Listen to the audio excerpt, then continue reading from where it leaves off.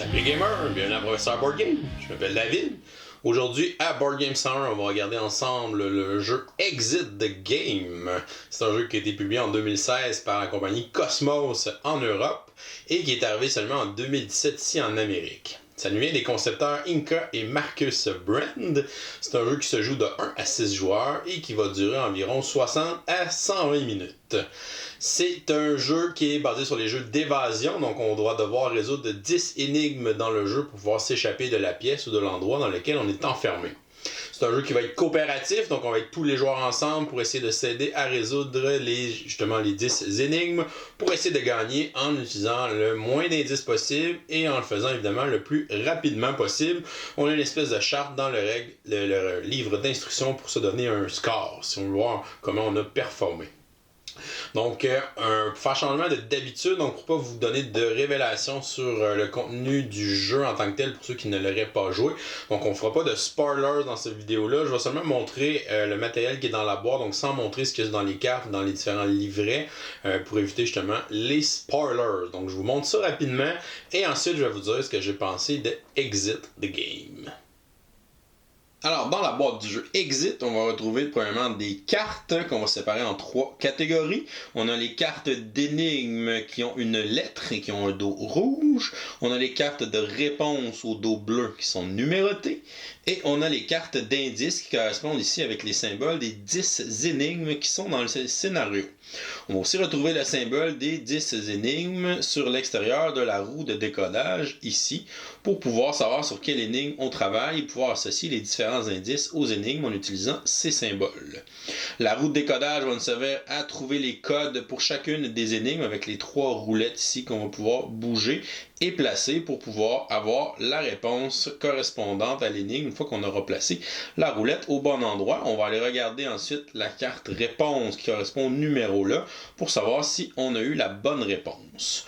Il faut aussi savoir sur quelle combinaison on travaille, donc quelle porte ou quel objet on essaie d'ouvrir. Donc on va avoir des indices qui vont être dans une espèce de livre ici, un livre d'images et d'indices qui va nous aider probablement à démarrer, à commencer les premières énigmes.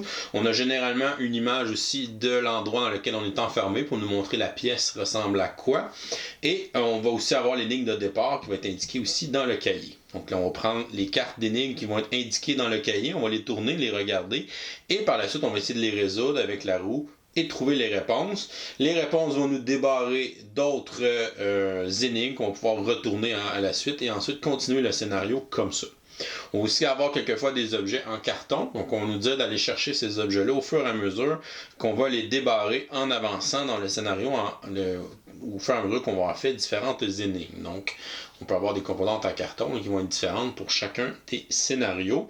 Et si jamais on est bloqué dans le jeu et ça fait trop longtemps qu'on attend sur une énigme, mais on peut aller demander des cartes d'indices.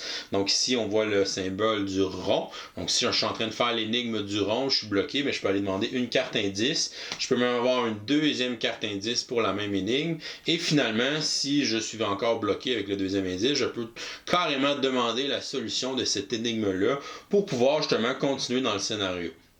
Donc on va faire les différentes énigmes et on va essayer de se rendre à la fin pour avoir résolu les 10 énigmes pour pouvoir quitter la pièce dans laquelle on était enfermé.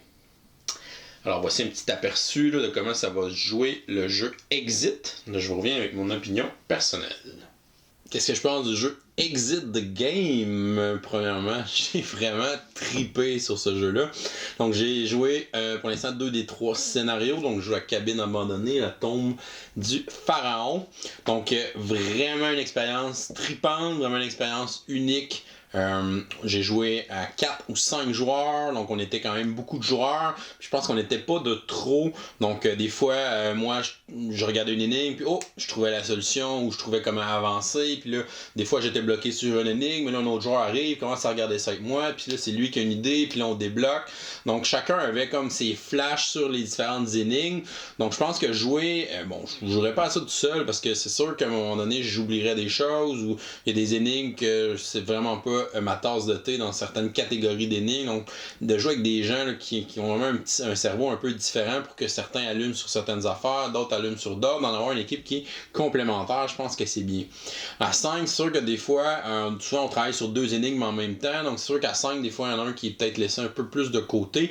Je pense qu'à 4, on était vraiment un nombre idéal de joueurs, donc on avait toujours quelque chose entre les mains, on pouvait travailler comme 2 par 2 sur les différentes énigmes. Donc je pense qu'à 4, je pense que c'est le nombre idéal. Puis ça fait quand même assez de cerveau autour de la Terre pour pouvoir avancer puis résoudre les différentes énigmes.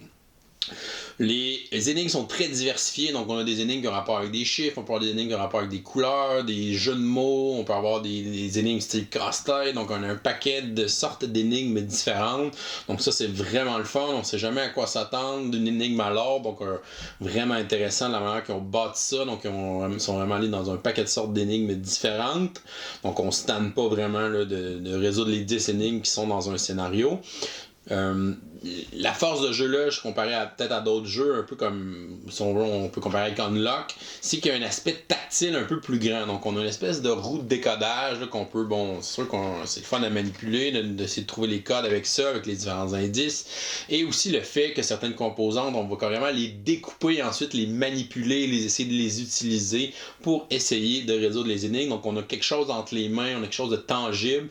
Donc, ça, je pense que c'est quelque chose qui est très intéressant dans le concept d'un jeu d'évasion, c'est d'avoir des choses entre les mains puis d'essayer de gosser puis de trouver la réponse à une énigme. Donc je pense que ce jeu-là le transmet très bien avec le matériel qu'on nous donne. C'est quand même, on va découper des morceaux de papier, tout ça, mais c'est quand même quelque chose de physique qu'on va avoir entre les mains. Donc ça, je pense que c'est vraiment bien fait. Je pense que c'est un jeu qui a un faible coût, donc une boîte va coûter, je sais pas, une quinzaine de dollars, donc entre 15 et 20 dollars. Si on est 4-5 joueurs, ben c'est comme si on mettait 4 dollars chacun, puis après ça, ça nous dure quand même presque 2 heures. Donc les 2 scénarios que j'ai fait, ça nous a pris autour d'1h45 pour pouvoir les faire. Donc c'est quasiment la durée d'aller un film au cinéma. Donc si on allait 4 joueurs au cinéma, ben, ça nous coûterait comme 15$ chacun. Puis là, ça nous coûte 15$ pour les 4. Donc je pense que c'est quand même très abordable comme prix de s'acheter une boîte à gang puis de le faire, d'avoir du fun. C'est sûr que si c'est tout le temps la même personne qui achète toutes les boîtes, ben c'est sûr que c'est un petit peu plus plate. C'est comme si ils payaient tout le temps pour les autres au cinéma. Donc splittez les coûts pour ce jeu-là puis vous allez voir que c'est vraiment pas cher finalement. Pour les côtés négatifs, évidemment, son gros côté négatif, c'est son côté jetable. Donc, c'est un jeu qu'on peut pas réutiliser. Je peux même pas le prêter à mes amis pour qu'ils puissent le faire, l'essayer, parce que je vais avoir découpé un paquet d'affaires, puis bon, plier des trucs dans le livre, tout ça. Donc, les composantes vont être altérées ou détruites. Donc, c'est sûr qu'on peut pas vraiment le prêter à ce moment-là.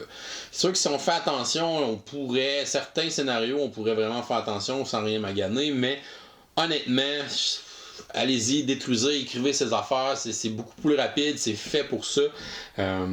Mais bon, c'est plat de côté aussi écologique qu'on doit devoir jeter la boîte à la récupération parce que bon, on peut pas refaire le jeu ni le prêter.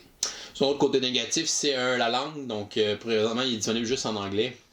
C'est quand même un jeu avec des énigmes, donc des fois les mots sont importants, la signification des mots, le sens, tout ça. Donc si vous n'êtes pas à l'aise en anglais, je vous conseille de ne pas acheter Exit pour l'instant.